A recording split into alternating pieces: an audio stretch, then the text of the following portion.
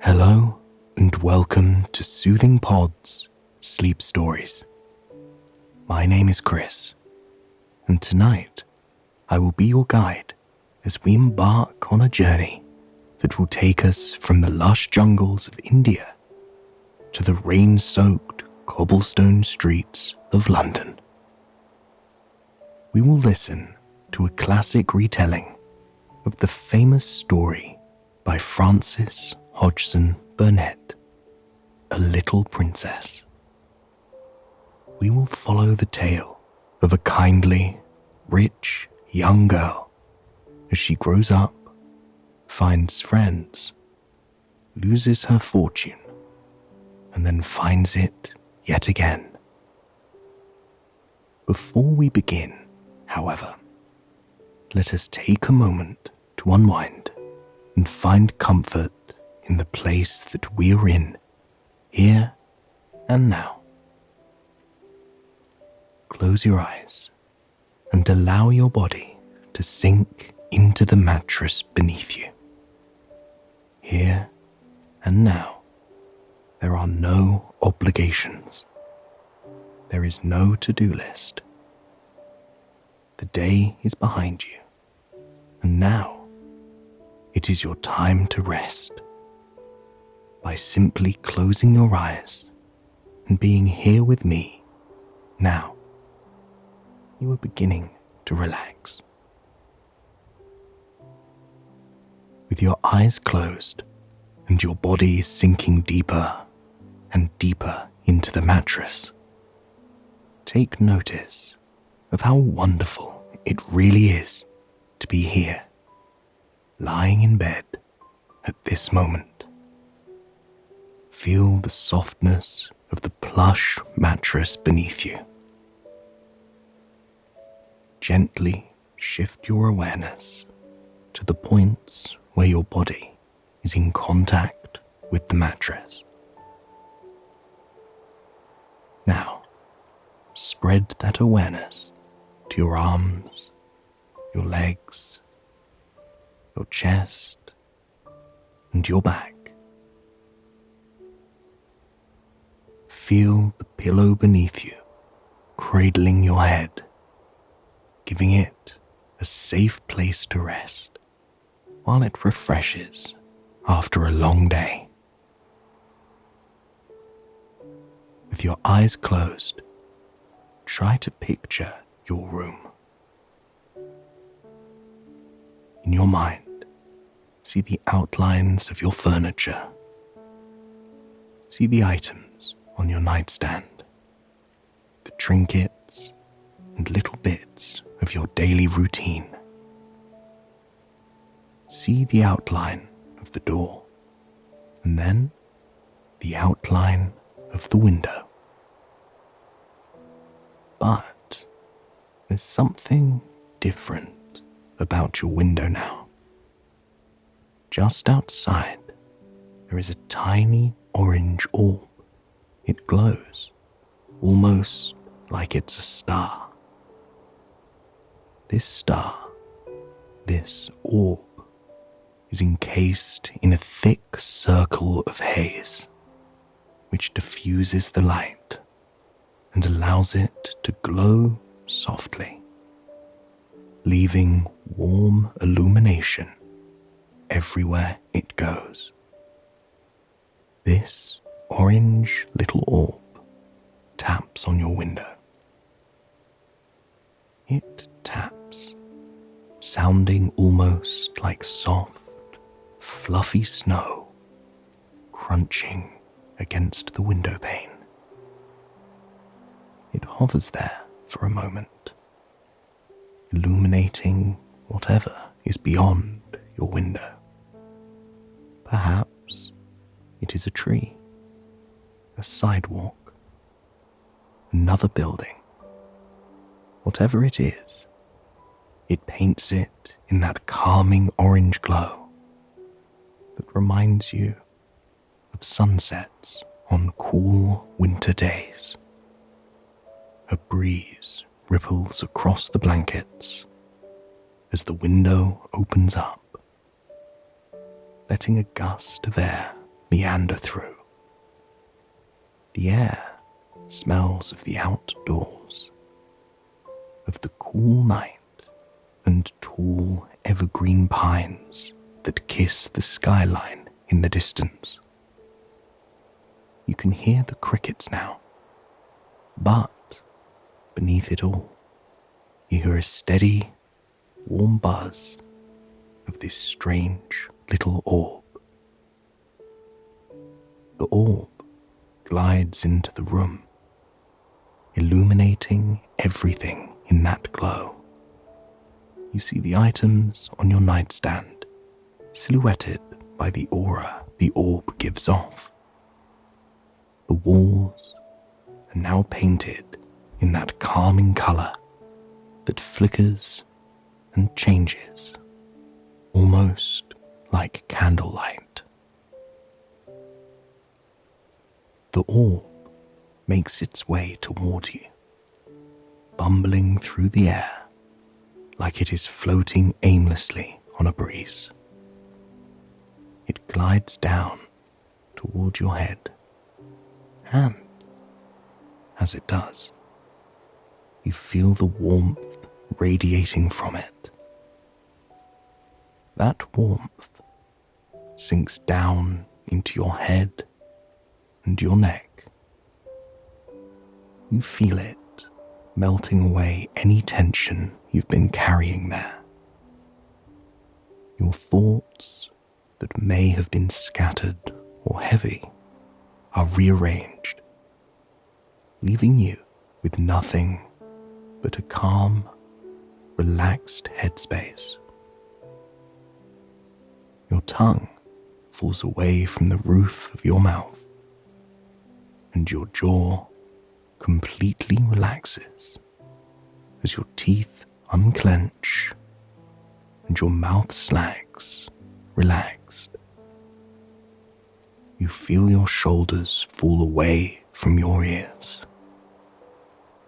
giving you all the space you need there to unwind for the night. Then, the orb travels down to your chest. You feel your lungs expand and then relax, allowing you to take deep, nourishing breaths in and out, in and out. You feel your heart relax as it slows. It, too, is at peace, moving in rhythm with your long, steady breaths and the energy of the room around you. The orb continues on down your body, tapping each of your arms. You feel your fists unclench and your arms fall weightless, deeper and deeper into the mattress. Then, the orb continues on down to your legs. Any pressure or pain you've been carrying there is tapped away by the little glowing orange orb, leaving you free of any kind of pressure or discomfort there. The orb lifts up above your completely relaxed body now.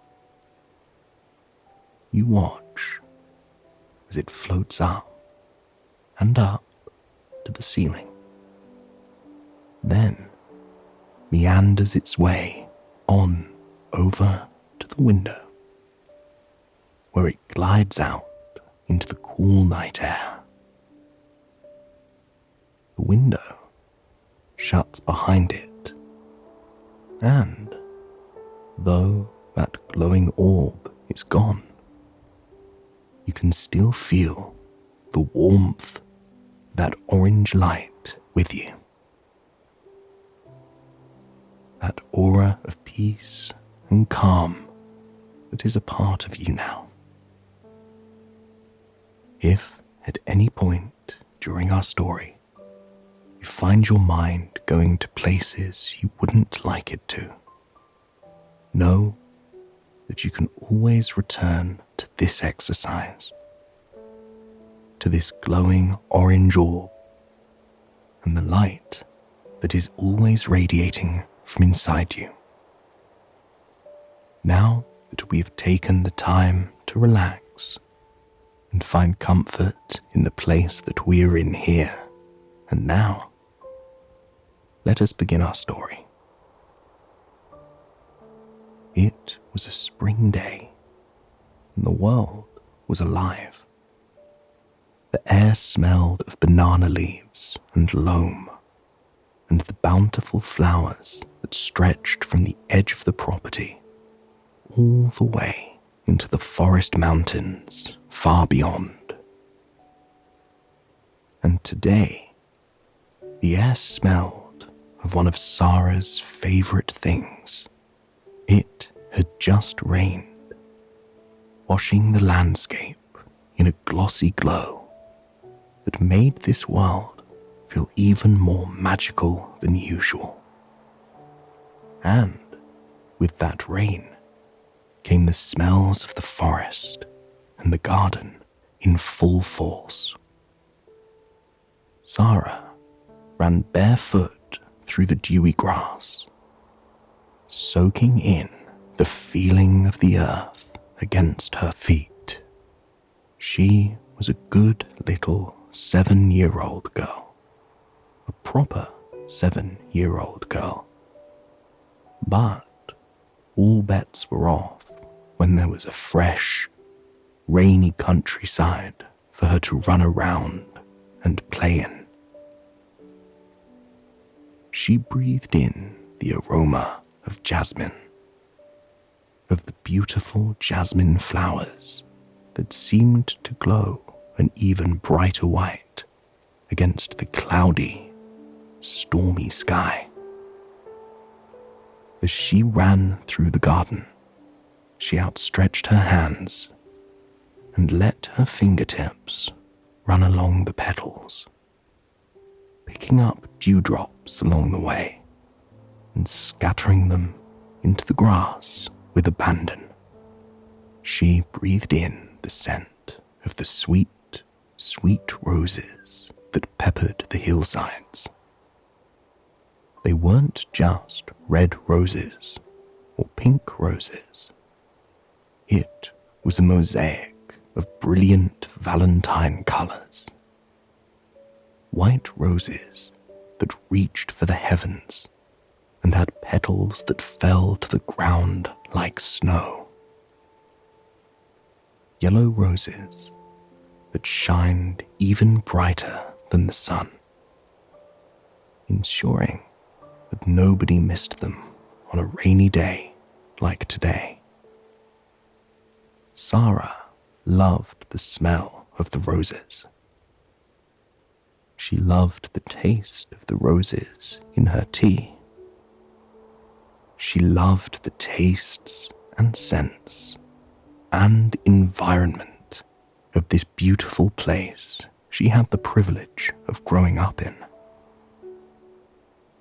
She was in India. Her father, Captain Ralph Crewe, had brought Sarah's mother here before Sarah was even born. And it was here that Sarah remained after the passing of her beloved mother. It was here that Sarah learned about the beauty of nature and the comfort that can be found in it. It was here that Sarah learned manners and learned to treat everyone like her equal. But that very day that she was running through the fields of roses and jasmine was the day that Sarah learned she would no longer be staying in India. She was 7 now, old enough to go to a boarding school like all the other children whose parents served in the British Army. It wasn't an easy decision for Captain Crew. He was a man who lived and breathed for his beloved daughter. He doted on her, getting her absolutely everything she needed to survive and thrive, spending hours and hours letting her run barefoot in the fields, even when other people in the army turned their nose up at her. He never let her go without whatever her heart desired, and he could afford to on his salary. But he knew that Sarah could not stay in India. It was traditional for the children that were born in India to be sent away and educated in England, where the climate was more tolerable and where there were better opportunities for learning. And so, one sad day, Captain Ralph Crew put his darling daughter on a ship. He kissed her goodbye and held her tightly, promising that one day they would be able to be together again. Until then, he would do all in his power to make sure that she was comfortable, safe, and happy, that she could grow into the fantastic woman he knew she would become. Sarah made the long journey back to England, where she was to study at Miss Minchin's boarding school for girls. It wasn't a terrible school by any means, but it wouldn't have provided the kind of treatment Sarah was used to. Sarah's father couldn't bear the idea of his daughter being uncomfortable or struggling at all. So, in order to ensure he didn't have to, he contacted the headmistress of the school. He gave her copious amounts of money, with orders that his daughter be treated with the most respect and dignity, as that money would allot. He wanted her to live an exceptional life of luxury, even when she was across the world living in a boarding school. And that's exactly what she got. Sarah was awarded things that none of the other girls at the school could even dream of. She had her own private room with her own personal maid to wait on her hand and foot. A room contained a luxurious canopy bed with rich mahogany panels on the walls, which only amplified the ambience of wealth that one encountered when they made their way into the room.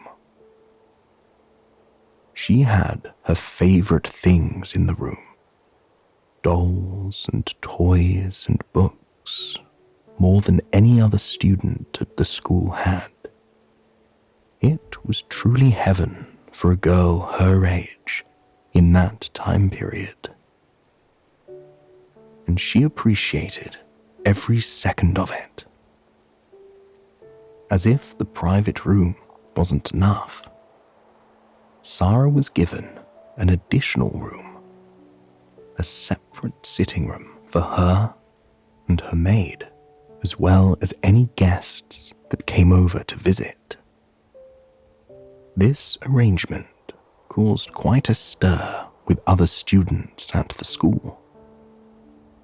And not only that, but if Sarah wanted to leave the campus, she was able to do so in style.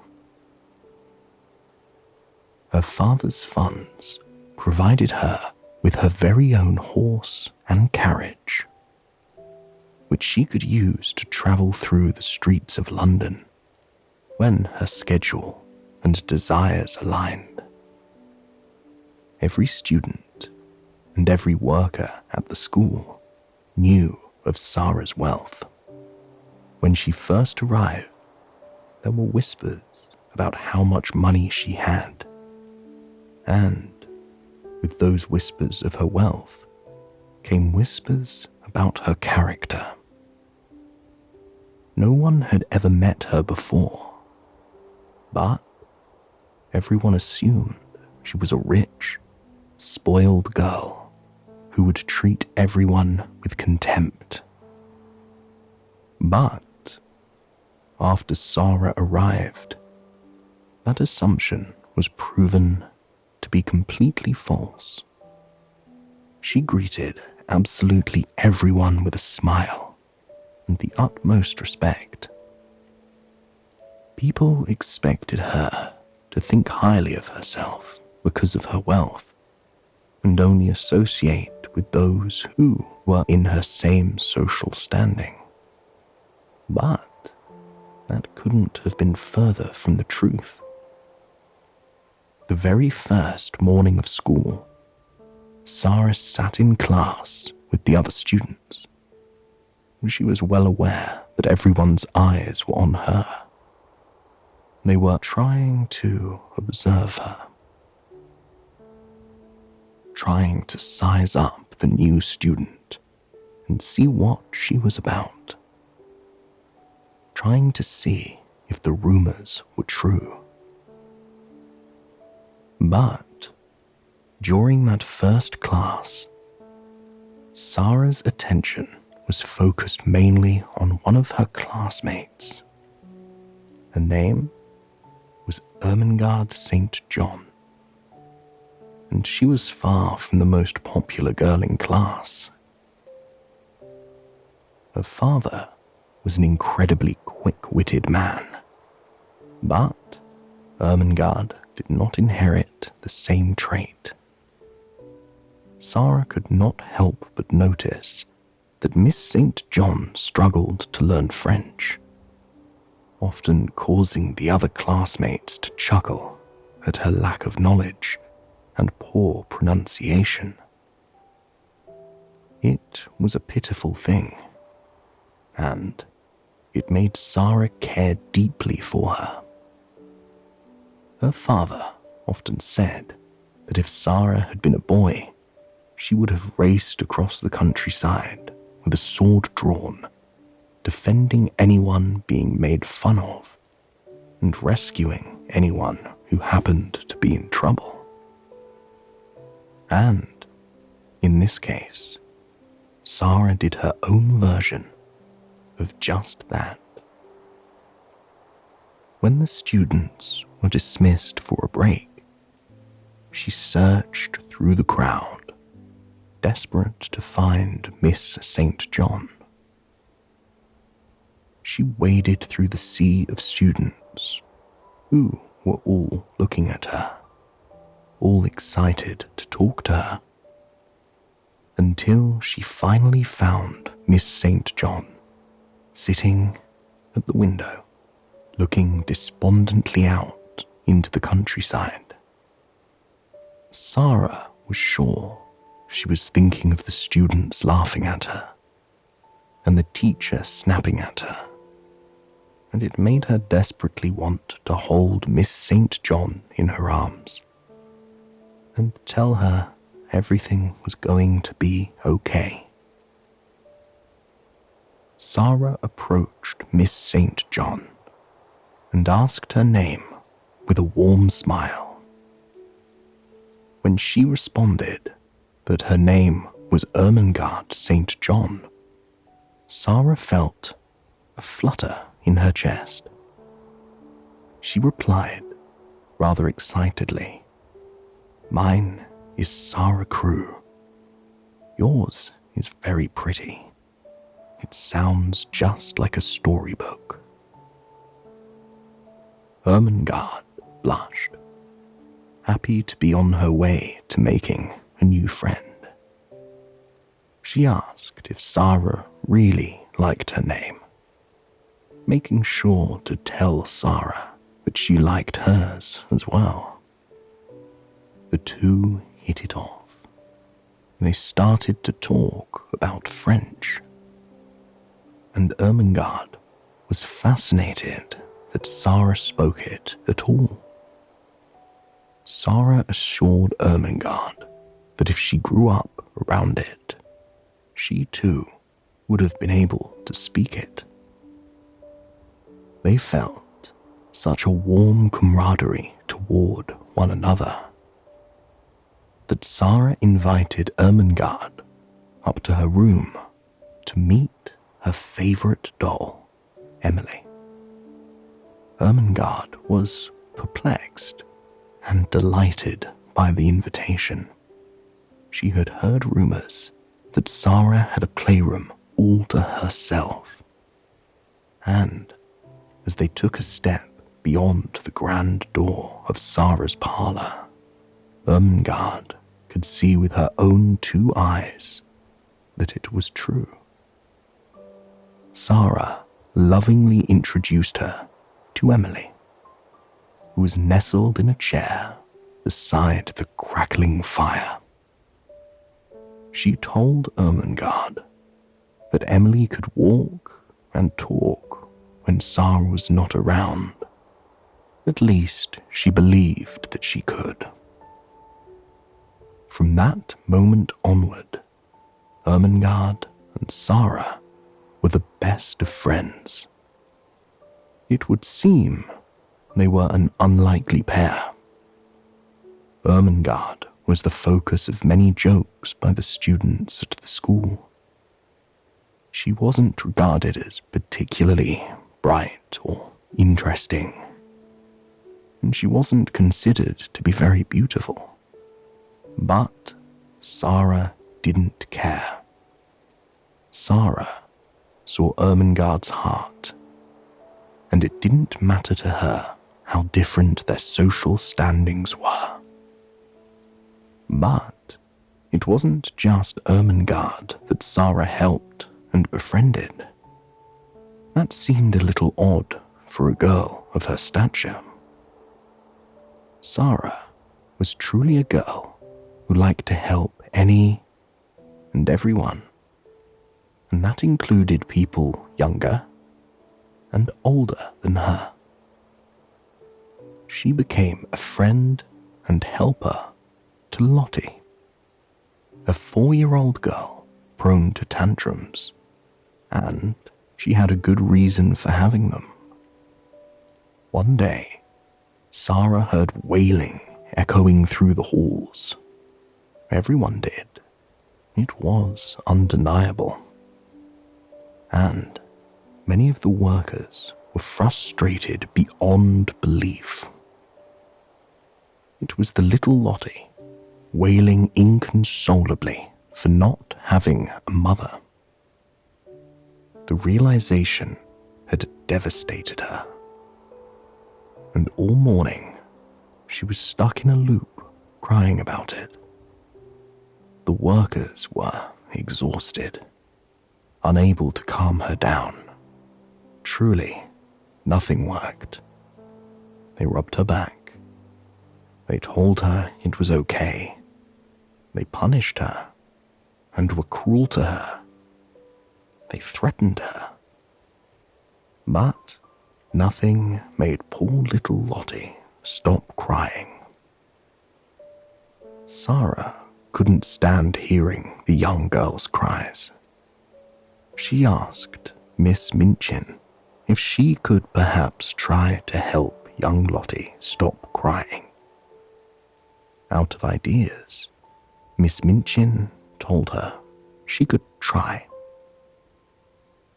Sarah followed the cries to Lottie's room and found her lying face down on the floor, wailing continuously about not having a mama. Sarah asked the woman attending to her if she could try something, and the woman approved. allowing Sarah to come beside little Miss Lottie. Sarah looked down at the young girl for a moment. She could see the pain she was carrying, the sadness, and it filled Sarah with sympathy and compassion for the young girl. Lottie wailed up at her, crying as she kicked her little legs and pounded her fists into the ground. But Sarah didn't say anything. She simply watched Lottie for a moment as she continued to cry and thrash about on the floor. And then, instead of yelling at Lottie, or cuddling her, or saying anything to her, Sarah just lay down beside her.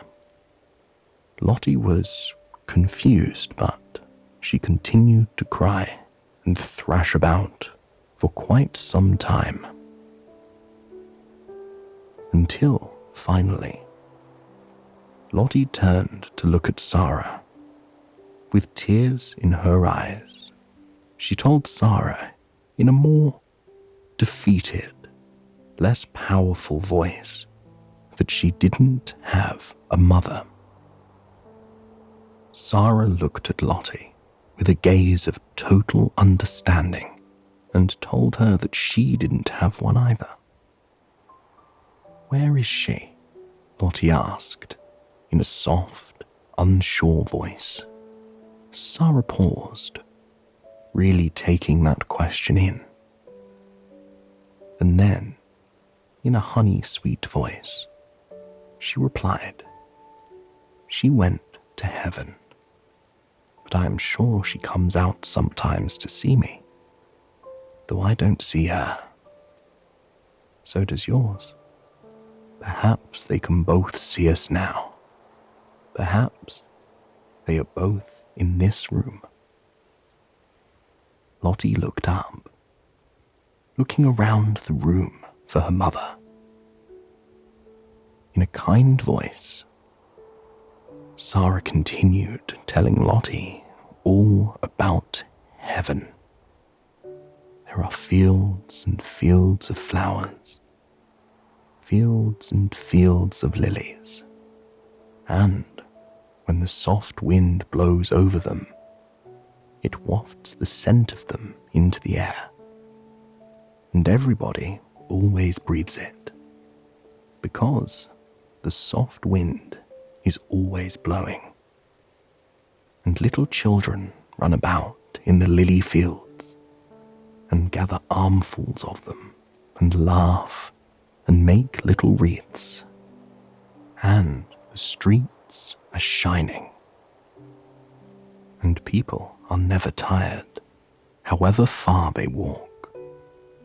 They can float anywhere they like, and there are walls made of pearls and gold all around the city, but they are low enough for the people to go and lean on them and look down onto the earth and smile and send messages of love and hope.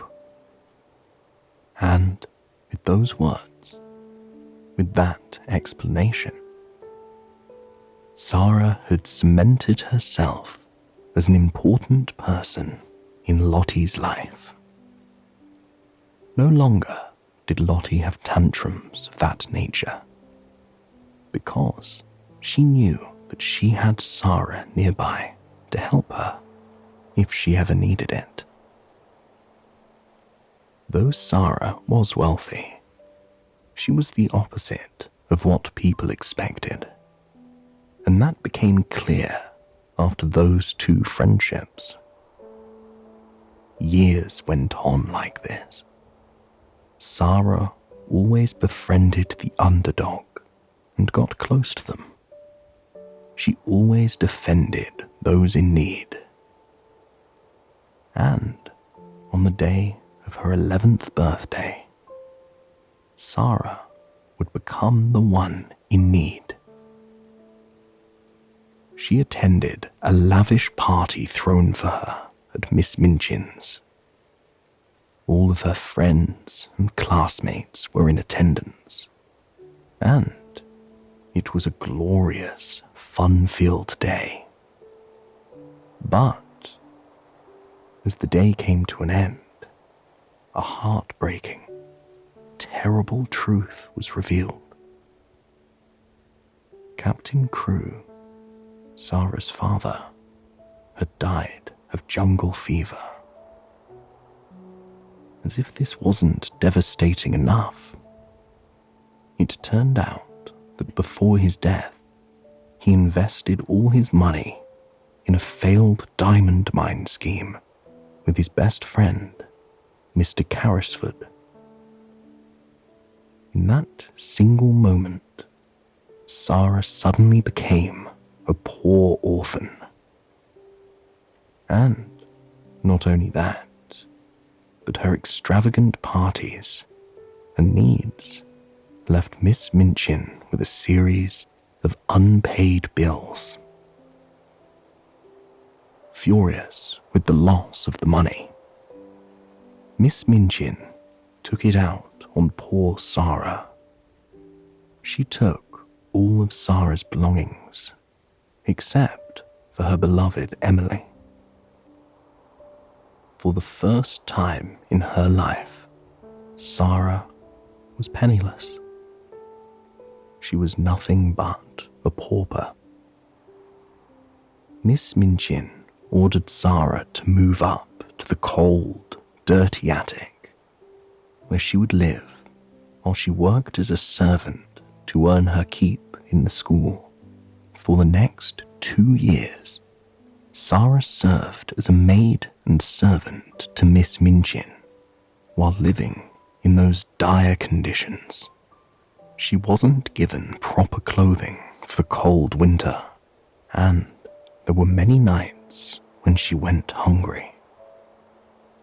And though she didn't have a fancy room, a servant, or a plethora of toys and shiny belongings anymore, her friends still came to visit her.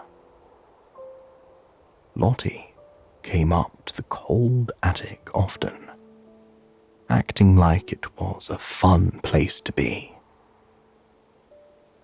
Even though Sarah and her both knew the truth. Even in the hardship, Sarah had her friends to lean on, and she was incredibly grateful for that. She also leaned on her imagination.